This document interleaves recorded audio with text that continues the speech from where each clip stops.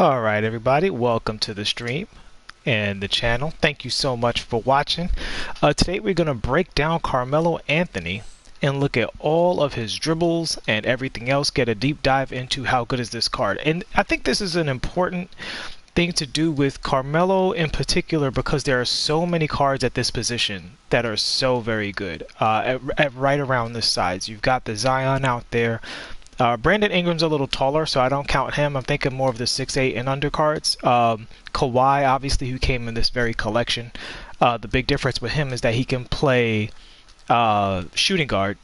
And then there's Richard Jefferson, who you get, I won't say for free, but you get for doing the other spotlight.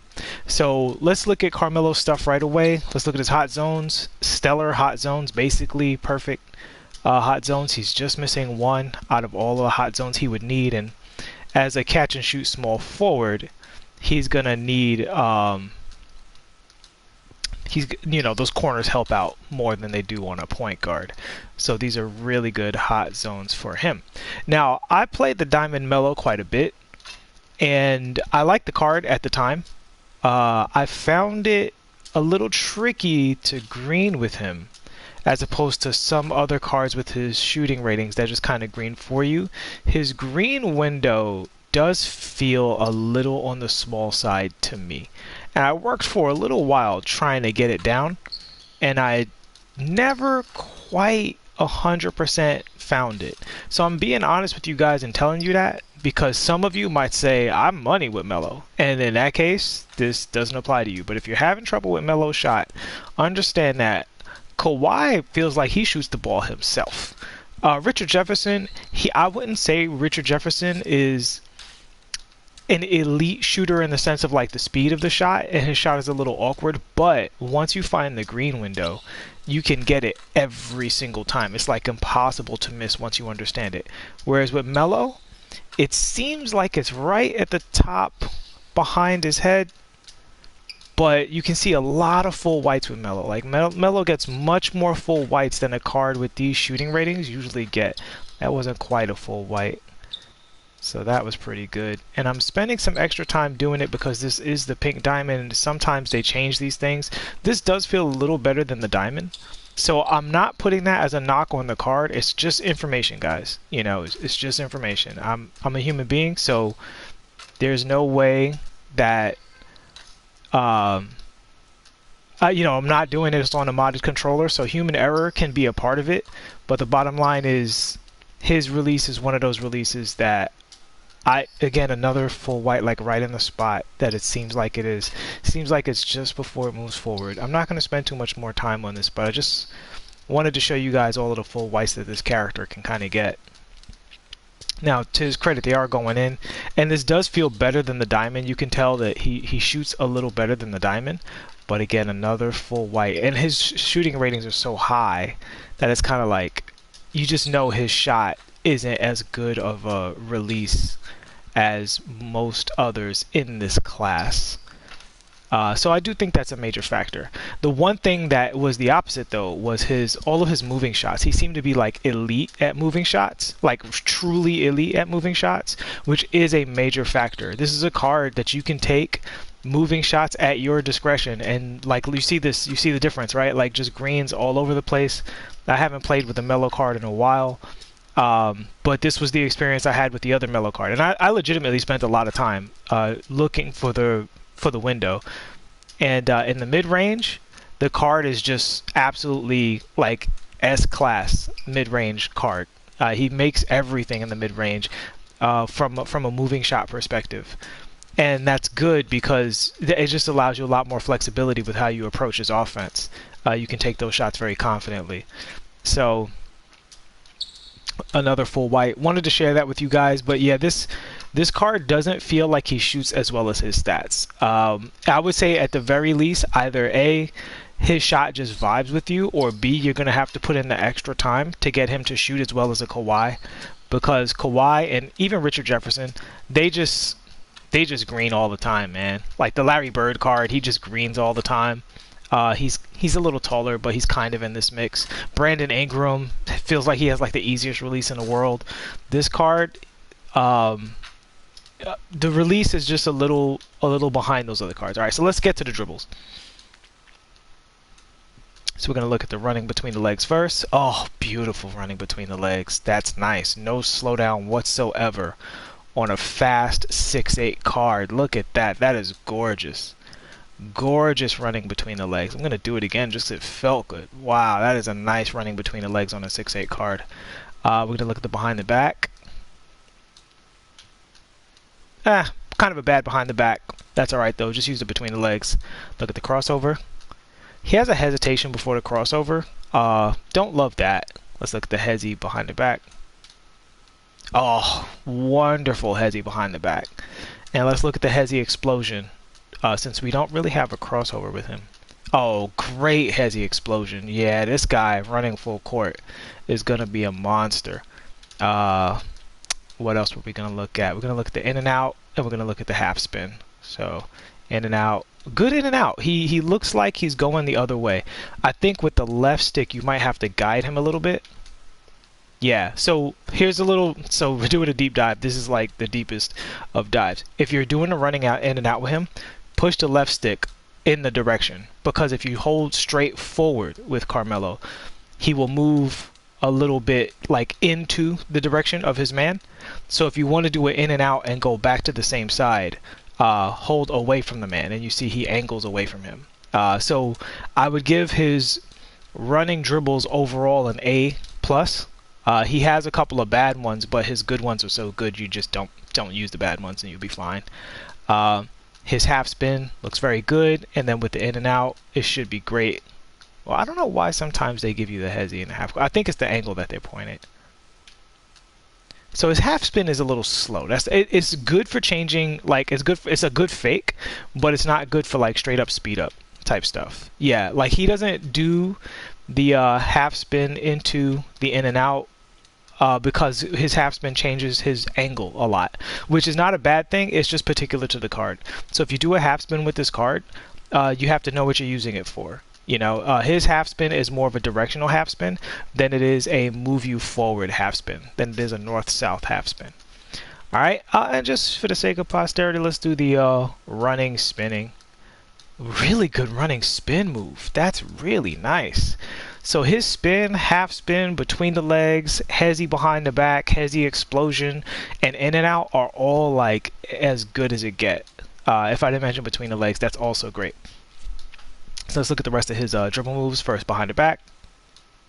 Good behind the back for the double behind the back thing, where you do one behind the back, play it out, and then do another behind the back immediately, go the same direction. That's going to be really good. Look at his shooters behind the back. Very good. Yeah, so he's going to be very good at dribbling behind screens with that kind of business. So yeah, I definitely recommend use that. He's gonna, if you watch the 250K tournament, I forgot the guy's name, but in the final game he was doing that a lot with Tracy McGrady, and you'll be able to definitely do that with Melo here. Let's look at his momentum. Good momentum. Let's see the double momentum. Good double momentum, especially at his size. For a 6'8 character, this card is really, really, really agile. Let's look at his step back. Like Kawhi, he has this hesitation before he does the step back. So I'm pressing the button. You can see under his feet the dots appear. Then he does the step back. You guys can't see me pressing the button, but you can see when the dots appear. They appear like a full second before he does the step back. That's really bad because that makes him very strippable off the step back, which is a serious negative for the card when you are dribbling behind screens and looking to get open. Now, one thing I think you might be able to get away with. Nope. You can't chain it either because he doesn't create space. So his step back is pretty bad, like Kawhi's. Just don't use it. Oh yeah, let's see if he has a killer cross. Oh, hold on. Didn't do it right. Oh, he's got a nice whoopty. Doesn't really have a killer cross either. Really nice whoopty though. Yeah, smooth. Yeah, this guy's got a really, really nice smooth ball handle. Oh wait, why was that such a good step back? It's weird. He did one step back just now that was pretty good. Okay, we found something interesting. If you chain into his step back, it's better. depending on what you chain with. So you might get a good step back out of him. You might get a bad step back out of him, depending on where he is in his animations. So like right there, that chain, that was good. The momentum into the step back was good because he chained into it. But if he does it off the standstill, if people are mashing square, you're definitely going to get ripped. So just keep that in mind. Again, I would call it a negative, but it's more of, you know, be aware. But I would say if you're going to use a step back, definitely combo into the step back, and you'll have more success with it. Let me see the in and out into the step back. No, that goes into the snatch back, unfortunately. Let's see, hezzy into the step back. Yeah, the hezzy. So you can chain into the step back. You just have to chain into the step back if you're going to use it. If you do it right away, it's a serious gamble. First of all, it's going to be slow. So if they're mashing square, there's going to be an opportunity where they're going to take the ball from you before your character animates. And that is a very unpleasant feeling. So the step back is bad, but it's better if you combo into it. All right, let's look at some. Oh yeah, let's look at the hezzy, the moving hezzy, before we go to the dunk animations.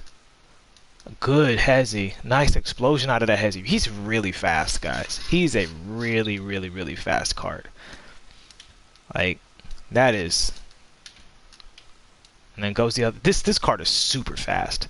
Like I know his speed ratings are high, but they feel high. You know, some cards have their speed ratings in the 90s, but you feel like they're lying. Not this guy. This guy is definitely, you know, up there with the best cards in terms of especially at his size in terms of speed rating.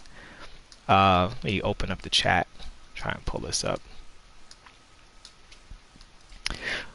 But let's see what else we got to look at. Let's look at his change direction dribble. He doesn't have the super fast change of direction. He's got a good one in terms of it's off the hezzy, and because he's such a good shooter, you don't know if he's going to shoot. Let's see if we can get a little more of a mix-up out of him and get the step back off of it. No, he can't step back off of that, unfortunately. He does the behind the back off of that. Hezzy behind the back. Which is actually good. I mean, that's tricky. Like, that's really good. Don't get me wrong. That's strong. But I was looking to see if we can get more of a step back out of it. It doesn't look like we can. I'm using both the right stick and hold turbo one. Let's look at the left stick one. The left stick one is an immediate stop. Let's see if we can change direction off of that. That one's a little better for changing direction. He doesn't hop up, you know, so that's pretty good. So he's got some stuff, man. This card definitely has some juice when it comes to the ball handles. I would overall give his ball handles an A.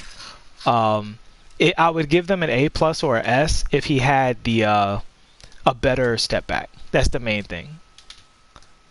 And he doesn't have the teleport behind the back either. So, but overall, A when it comes to that, and he's 6'8", so once he goes to the basket, he's definitely going to be finishing. So let's look at that now. We'll look at his dunk animations before we go to his badges and stuff. So that's a nice dunk animation. I heard somebody saying that his dunk animations had like slowdowns in it. When that's the case, you just have to look for which dunk animations you can use and which ones you can't. Usually it's a situation where first of all, you want to make sure you're same side as the ball when you go up, so you go up faster. Like, so for instance, I'm going to go up with a right-handed dunk while the ball's in my left hand. You see it's slower? Because he has to gather it, he has to switch hands. Whereas if I go up with the left hand, it should be a quicker animation. He went up with two hands for some reason. So that's one of the things you probably want to avoid, is that with him, maybe you don't want to do his left-hand dunk. So right hand to left hand was good. So this is what I'm saying, like, it might just be a situation where you got to pay attention to what hand the ball is in before you go up to choose the best dunk available. Because his switch hand has a gather, and his straight up left hand dunk is slow, but his right hand dunks are fast. So it's not that he has all bad dunks and it's just a liability. You just have to understand that he's a right hand dominant dunker, as you guys can see. Right? So this is why we do these deep dives, because he's excellent dunking to his right hand, and he's even okay switching from his right hand to his left hand, but he doesn't like to go up with just his left hand. He goes up a little slower with that dunk package. Some characters like Westbrook, every dunk animation they have is cheesy. That was his holding forward on the stick dunk. And let's look at his hop step. But overall, I would say, yeah, the card has a great dunk package. You just, you know, if you can avoid going to the left hand while the ball's in the left hand, then do that.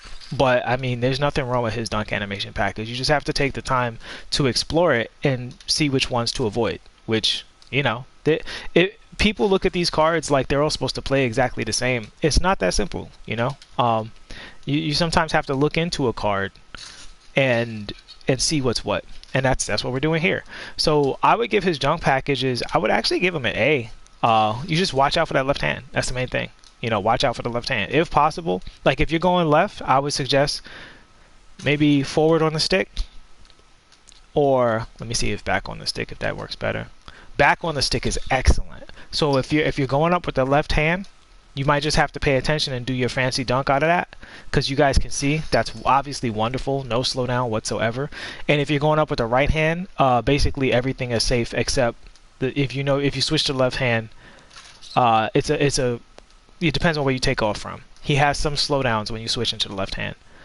But yeah, I wouldn't trash his dunk animations at all. I think they're pretty good. I think they're a little better than pretty good. So let's look at his ratings and see if we need to look at his post-up game. So as you see, mid-range 99 and a 3.98. And this is what I'm talking about. Like when we play with, I always bring up Jason Terry. I can also bring up Kyle Lowry and Marcus Smart and Brandon Ingram, also great shooters. But with Jason Terry, when it said Hall of Fame range extender, you literally feel like, wow, this is what Hall of Fame range extender is supposed to feel like, you know?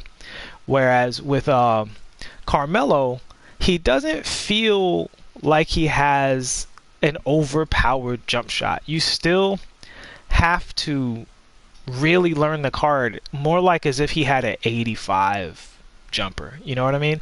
Where some cards, you see that 98, you get that range extender, and you kind of have to try less. He's not in that category. You have to really work on his shot. But driving layup 94, standing dunk 55, driving dunk 95. I mean, really, all of his stats are pretty juiced. Let's look for the bad stats. So his post fade is excellent, so we need to look at his post animations. Offensive consistent. His rebounding is excellent too. So you can play this card at the 4. His interior defense is at 87. So I would say that's what really separates him from Richard Jefferson and Kawhi, is that you can play this card at the 4 and get away with it. The only thing this card's not going to give you at the 4 is the blocking. He's not going to block shots. But I do think you can get away with this card at the 4 spot because he's going to rebound. He's going to steal. You can strip on those post scorers. He's got the interior defense. And we're going to look at his badges and see if he has any post lockdown or intimidator to help him out down there. And he has a 90 vertical. So even though the block rating's low, the vertical is really high. So he's just an excellent card, like all around. I mean, we knew that already, but I do think it's a card that, like, you got to work with it and understand the card before you go in and just, you know, assume he's going to be good at certain things or fear he's going to be bad at other things, you know. So great card overall so far. Let's look at his badges. I want to look at the defensive badges first. So his Hall of Fame clamps, which is obviously excellent. Tireless defender, which is actually really good for defending in the post, so he doesn't get worn down and become a worse card defending in the post. Interceptor, chase down's important for such a fast card. He does. So this is one of the things I'm talking about. He has a really bad block rating, but he has chase down artists on gold, and he has a high vertical.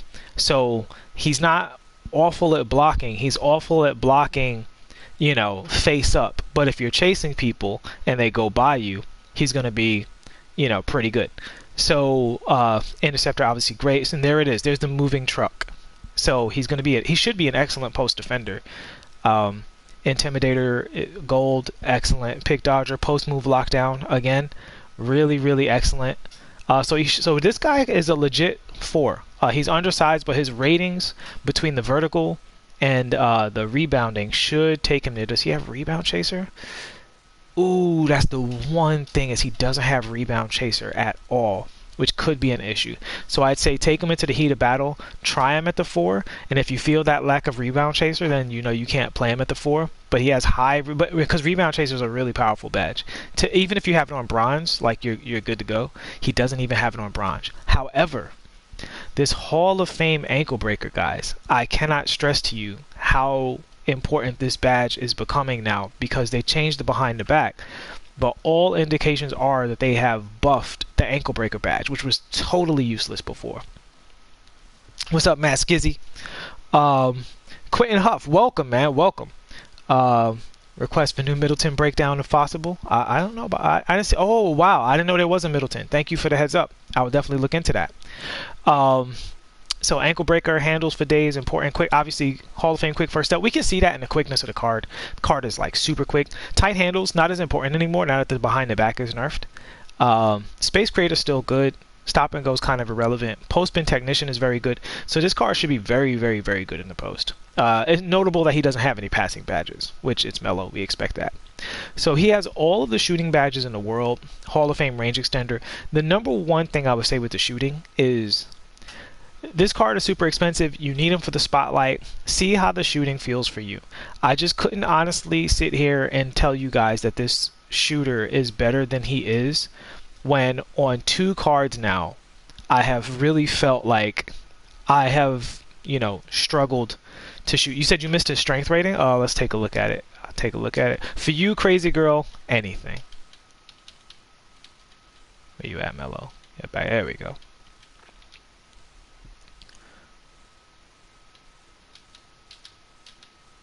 There we go. Strength is an 82.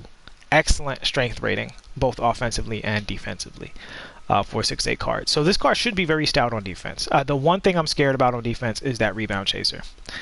So let's look at his finishing badges.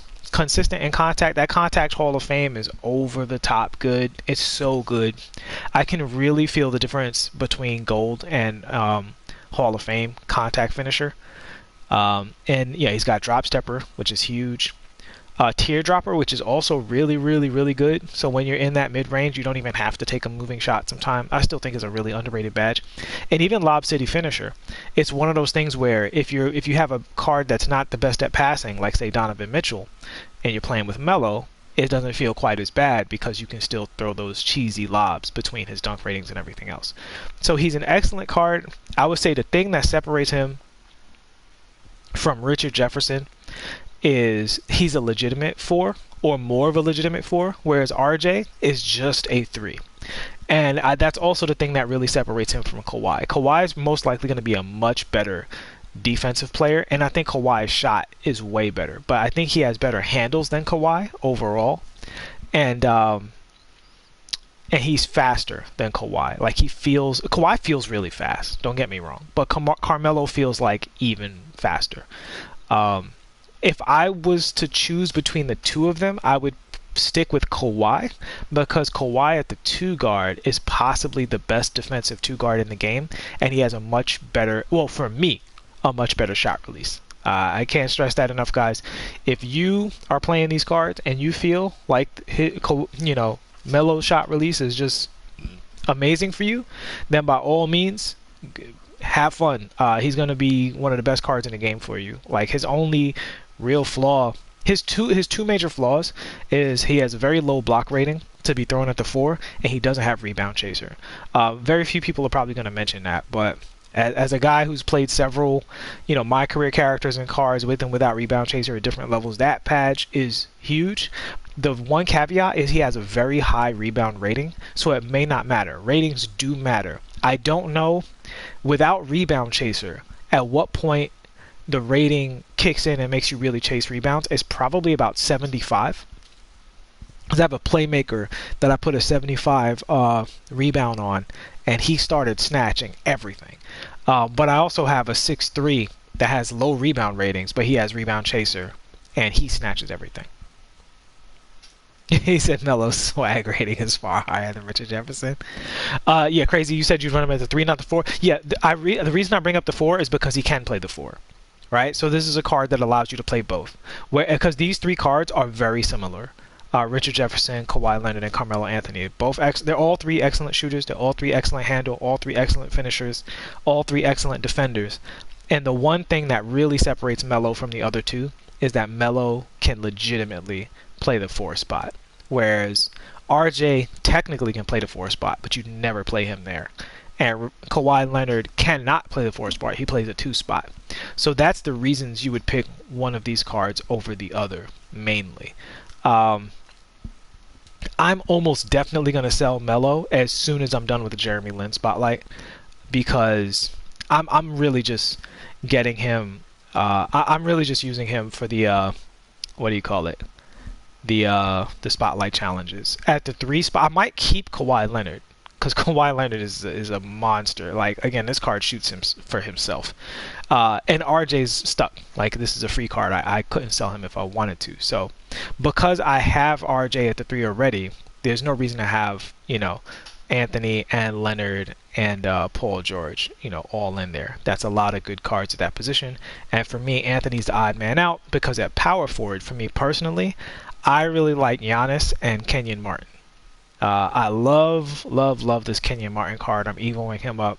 He's just a really brutal power forward with an excellent shot release. I mean, you talk about excellent rebounder, excellent finisher, excellent defender, excellent shot release. You can just see that he has all of the cheesy rebound animations. But this isn't a power forward tier list. I just wanted to share that with you guys. Get this deep dive out to you. And hopefully that was useful for you. And before we get out of here, let's look at these post animations. Oh my god, that's cheesy. So I played his post animations on his diamond card, and they're very, very good. I use them. They're very strong. Again, you have to learn the timing of them. They're not the kind of post animations where, you know, he makes the post shots for you himself. And that's the one thing I would say about this card. Listen, you've seen me hit greens. You've seen me make these shots. It's just this card has he seems to have a much lower margin of error than the other cards. Like I took those same shots with DeAndre Ayton and Marc Gasol and Brook Lopez, and it's just cash, cash, cash all day. With Melo, you really have to like really pay attention. And if you're going to spend a lot of time with the card, then by all means, go ahead. But it's my job doing these breakdowns to let you know that that's a factor. That if you're having those struggles with the card, it's not that the card is bad. It's just that he requires more time and attention to perform at the same level that Kawhi performs basically as soon as you touch him. You know, as soon as you feel that Kawhi card at all, you're like, whoa. You know, he just makes every shot. You know what I mean? Richard Jefferson and Paul George, they have shots that I had to learn, but once I learned them, it was money every single time. Melo, I have a pretty good idea where his green window is, and it is not that easy to hit. So, you know, that's pretty much that. Excellent post-up player. Excellent, I mean, just excellent card all around. I would say the really remarkable thing about this card is his speed. His speed and his dribbles just are just really, really top tier, generally. He's got a few missing dribbles out of the top tier dribbles, and his left-handed dunks are a little off, but every other dunk package is fine. And if you have the ball in the left hand, just press forward or backwards on the stick. You should get a really good dunk in that situation. You know, so as long as you are aware of the card's weaknesses and you put in the time, it's a top tier card. But I don't think most people want to do that, to be totally honest with you. I think most people want a card to feel powerful, you know, day one, moment one. And I feel like this card feels really good, but he also feels really, not really difficult, but he's more difficult than other cards. And yeah, I'm seeing his green window here. But it is definitely on the small side, man. So many full whites with this character. That's a bounce back. Yeah, I see it. It's kind of when his hand, yeah, it's when his hand is like fully backwards. I did it a little early that time. And I kind of want to show you guys the green window so you can see it. It's when his hand is fully backwards. That's the spot. All right? But you see there, I hit it, but it counted as a late. And with a 99, most cards, once you find that window, they make every single shot. But here, even if after I told it to you guys, and I hit green after green, there's just sometimes it's going to be white. And I don't know. It might be that you have to be in the middle of the green window. There's a such thing as the beginning of a green window and the middle of a green window. And I think he's a card that you have to be in the middle of the green window to see the benefits. And for me, in a competitive position, that's enough for me to move on from him, because there are just other cards that are really, really good that don't give me that kind of headache. Alright, so I know this one was a deeper dive than normal, but this is an expensive card. You have to get this card if you're going to get Marbury and Brandon Roy. So I wanted to go over this because this is a lot of MT that you guys are going to be making this decision with, and I wanted to give you plenty of information to consider and provide you with the tools to do the work to figure out what's best for you. All right, so he's a great card, requires a lot of investments. All of his weaknesses can be mitigated by something else. So if you master this card, he's probably perfect, but he definitely takes some work to master. All right. I hope this helps you guys out. Thank you so much for watching. I will see you in the next one. Peace.